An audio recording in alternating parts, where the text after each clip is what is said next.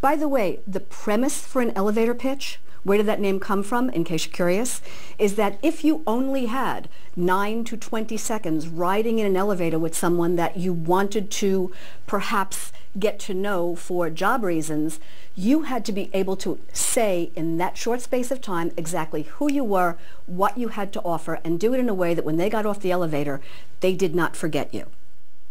So the way to do that is to start the resume process, the interview process, and do a self-inventory of who you are, what your skills are, what you have to offer, and then allow your imagination to enter into the process as well.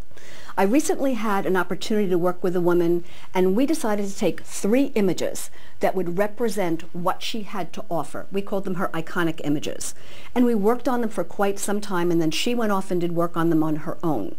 And she came back and she found her images and she found her pitch, and then she even turned them into a business card, which we'll talk a little bit about later.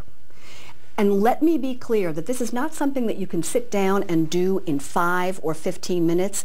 This is something that marinates, that you start to think about, and then even after you do it a few times and you've put it together in 3 or 4 sentences, you may go back and say, I'm really not loving that so much. Let me tweak this. Let me make it much more succinct and much more dynamic.